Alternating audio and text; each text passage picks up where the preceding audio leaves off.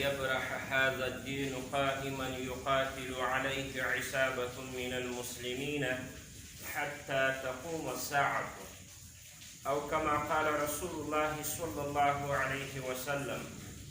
رواه مسلم. أهل السنة والجماعة بعقيدة سر مزين حضرات طلاب العلم د حضرت شیخ صاحب محترم په موجودیت کې او د دوی مبارک په زبان مونږ ته د اجازت اظهار د دې مبارک په مونږ باندې کمال شفقت ده. الله تعالی دې و دوی ته جزای خیر او عمر طویل عطا کړي. محترمو، لله الحمد، دا یو علمي مرکز ده د اسلافو او د اکابرو په نقش قدم باندې یو پابند مرکز ده. لله الحمد، تاسو ټول د علم د حصول دپاره دلته راجمع سوي یئ او آینده کې د دین اسلام د دفاع او د استحکام دپاره دلته خواري باسئ چې مونږ یو شی جوړ سو او بیا په خپلو علاقو کې په خپله محله کې مؤمنانو ته د دین اسلام دعوت او تبلیغ د قرآن او د حدیث د جمهوري فقه چې په فقه حنفي سره یادېږي د دې په رڼا کې بیانات وکړو او دعوت وچلوو. خو زه هم په خپل وار سره دلته یو څو لنډې خبرې درته عرض کول غواړم. یوه دا چې د یوې شبهې ازاله به وکړو. تاسو ته به شیخ صاحبانو بیا هم د دې شبهې ازاله کړې وي، خو مونږ به یې هم په خپل وار سره د دې شبهې ازاله درته وکړو چې هغه د ختم جهاد شعار ده، بلکې داسې به ووایي چې د انکار جهاد شعار ده. عوام الناس ورونه، بلکې بعضې خواص دا وایي چې نو اوس جهاد ختم شو. کله چې امریکایان او د دوی اتحادیه له افغانستان نه وڅرل شوله، ووتله، نو جهاد ختم شو. جهاد او قتال له چا سره نور کول پکار دي. خو دا خبره صحیح نه ده، دا فکر غلط ده. د اسلام پیغمبر څه فرمایلی دي؟ حضرت جابر ابن سمره د حدیث راوي ده. دا علامه ولی الدین صاحب په مشکات کې دا حدیث نقل کړی ده د مسلم په حواله سره. پیغمبر علیه الصلاة والسلام وایي وفرمایل: لن یبرح هذا الدین قائما، همیشه به دا دین د اسلام قائم وي.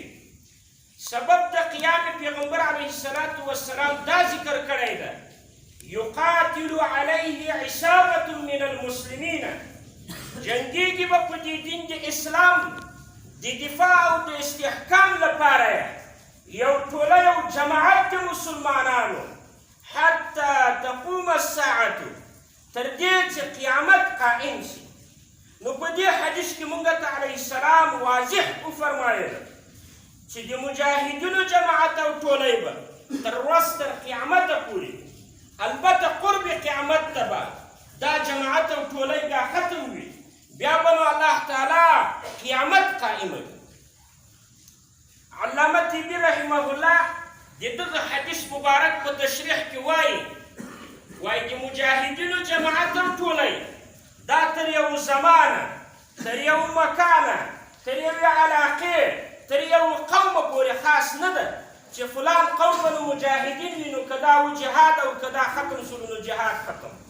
په فلانه علاقه کې مجاهدین دي او په فلانه علاقه کې نو بیا دا جهاد کوونکي او مقاتلین نه دي. دا نظر او دا فکر غلط ده. د مونږ او تاسو پیغمبر واضح په صریح الفاظو سره د دې خبره کړې ده چې د قیامت تر ورځې پورې به دغه مبارک جماعت موجود وي. بیا علامه طیبي صاحب وایي په اوس وخت کې مجاهدین په روم کې په جهاد مصروفه دي. قطب الدین خان دهلوي رحمه الله د محدث الحرم ملا علي قاري رحمه الله قول نقل کوي، وایي مجاهدین نن سبا په شام کې په جهاد مصروف دي. خو زه وایم دې نیکانو خپل وخت د مجاهدینو جماعت او ټولۍ یاد کړی ده. نن سبا مجاهدین دا په فلسطین په غزه کې د حماس په قیادت کې په جهاد مصروفه دي. نن سبا مجاهدین په افغانستان کې د اقدامي جهاد لپاره د اسلامي حکومت د جوړولو او د استحکام لپاره دلته په اقدامي جهاد مؤمنان مصروفه دي. نن سبا مجاهدین په بر صغیر کې د ټي ټي پي په قیادت کې په قتال او جهاد مصروفه دي او دا فریضه سرته رسوي. تاسو وګورئ له نن نه 3 کاله مخته دغه 20 کلنه توره دوره د اشغال شروع وه. له هر کونج د مؤمنان دلته راتلله او د اسلامي امارت په قیادت کې دغه فریضه ادا کوله، قتال یې کولو د کفر او د دوی له ملاتړو او همفکرو سره. خو دلته چې اله العالمین مؤمنانو ته بری ورکړو، اشغال ختم سولو، دا مؤمنان د اسلامي خلافت کې پیلامې لپاره په امدګۍ مصروف سولو، په اقدامي جهاد باندې مصروف سولو. اله العالمین په نورو سیمو کې د مجاهدینو د جماعت ظهور وکولو. سمدستي په فلسطین کې د غازیانو قیادت شروع سولو، په نړۍ کې شهرت پیدا کړلو. په سومالیه کې د مجاهدینو ټولۍ را پیدا سوله. په بر صغیر کې د مجاهدینو هغه قوت او دښمن او طاغوت باندې مرګونې حملې ظهور وکولو. دا د موږ او تاسو د علیه السلام د وینا هغه کوم بشارت چې هغه وخت ورکړی و په خپل وخت کې نن دا د ښکاره ده.